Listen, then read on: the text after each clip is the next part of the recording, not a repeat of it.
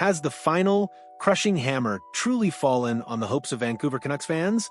After weeks, even months of fervent speculation, whispered rumors, and the tantalizing prospect of a game-changing acquisition, are we really to believe that the dream of Mason McTavish donning the Orca is officially dead?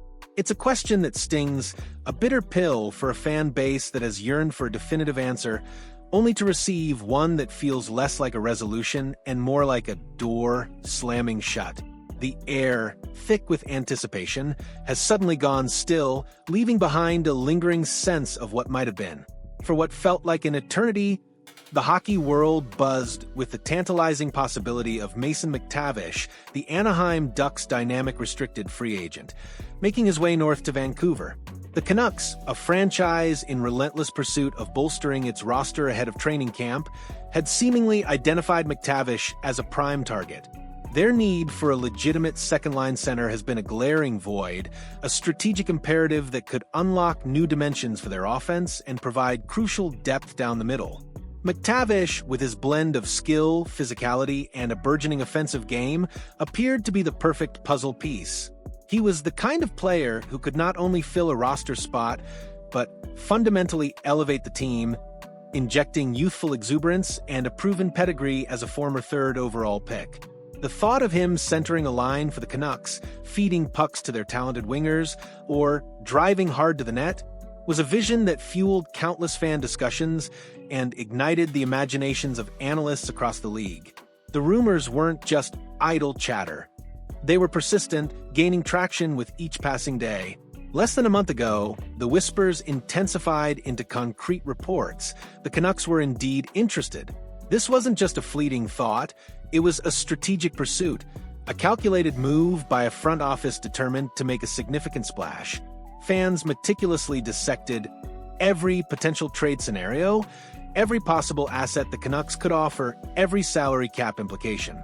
The excitement was palpable, a genuine belief that this could be the missing link, the piece that transforms a competitive team into a true contender. The prospect of acquiring a young, high-upside player like McTavish, who still has years of team control ahead of him, was a tantalizing proposition, promising not just immediate impact, but also a cornerstone for the future. However, in the unpredictable theater of NHL transactions, hope can be a fragile thing. Just as the anticipation reached a fever pitch, a sobering dose of reality has arrived, seemingly closing the door on this captivating saga. From Quebec, Marco D'Amico of RG.org, speaking on BPM Sports Radio, delivered the news that has sent a ripple of disappointment through the Canucks faithful. While acknowledging that McTavish is precisely the type of player the Montreal Canadiens, another interested suitor, were actively seeking, D'Amico revealed the crucial, disheartening truth. The Ducks forward is simply not available for trade. This isn't a negotiating tactic, it's a definitive statement from the Anaheim organization. McTavish checks all the boxes for the Canadiens, but he's not available, D'Amico stated, a declaration that simultaneously validated the player's immense value and extinguished the hopes of his many suitors. For the Vancouver Canucks, this means McTavish is now unequivocally off the table, a target that has slipped through their grasp. This revelation, while painful for those who envision McTavish in Vancouver, isn't entirely without precedent. NHL insider Frank Saravalli, a voice of authority in the league's rumor mill, had already hinted at this outcome earlier in the week. Saravalli, known for his accurate insights, had stated that it didn't appear McTavish would be changing clubs this summer. His assessment was blunt and to the point. He was a hot topic, a guy that I think could use a change of scenery. I don't think it's going to happen. I don't see him as a candidate for an offer. This dual confirmation from two respected insiders leaves little room for doubt. Not only is a trade off the table, but the more aggressive, often rare, maneuver of an offer sheet has also been dismissed. An offer sheet, while a legitimate tool in the collective bargaining agreement, is fraught with complexities and often carries unspoken repercussions, making teams hesitant to employ it unless absolutely necessary. Saravalli's dismissal of this possibility further solidifies the Ducks' stance. McTavish is staying put. The implications for the Vancouver Canucks are immediate and profound. With McTavish, their presumed top target for a second-line center, now reportedly off the board, the team is forced to recalibrate its strategy. This isn't a minor adjustment, it's a significant pivot. The urgency to acquire a center before the season kicks off remains, and now, the focus must shift to alternative avenues. The Canucks front office, undoubtedly agile and persistent, will need to explore other options with renewed vigor.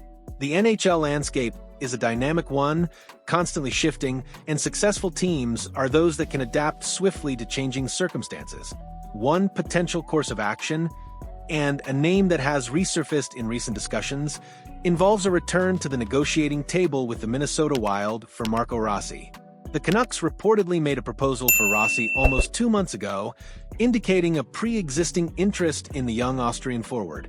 Rossi, a former 9th overall pick, possesses high-end offensive instincts and playmaking ability, making him another intriguing option to fill that crucial second-line center role.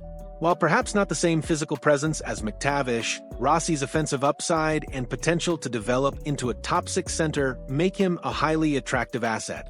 Re-engaging with the Wild, understanding their current needs and what it might take to pry Rossi away, will undoubtedly be a priority for Vancouver's management. Beyond Rossi, another name that has entered the conversation and is reportedly linked to the Canucks is Jack Roslovic. Roslovic, a versatile forward who can play both center and wing, offers a different profile. He brings experience and a proven ability to produce offense at the NHL level. While perhaps not the long-term foundational piece that McTavish or even Rossi represents, Roslovic could provide an immediate, impactful solution to the Canucks' center depth issues. His offensive creativity and ability to contribute on the power play could be a valuable addition. The Canucks will need to weigh the immediate impact against the long-term potential of these various targets as they navigate this unexpected turn in their off-season plans. For now, the message is clear. Mason McTavish will remain in Anaheim. The Ducks, it seems, are committed to building around their young core, and McTavish is unequivocally a part of that future. For the Vancouver Canucks, the quest continues. This latest development underscores the relentless nature of the NHL offseason, where rumors swirl, hopes are raised, and sometimes, despite all the anticipation, the most sought-after prize remains just out of reach.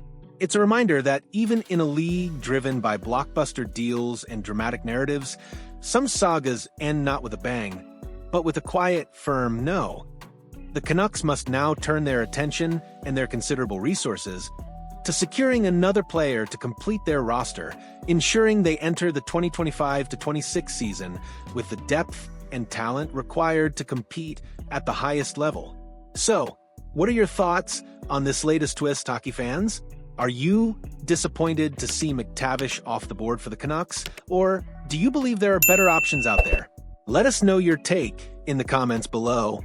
And if you found this deep dive into the NHL's ever-evolving trade landscape insightful, please hit that like button and subscribe for more exclusive reports and analysis. Your support helps us bring you the stories that matter most in the world of hockey.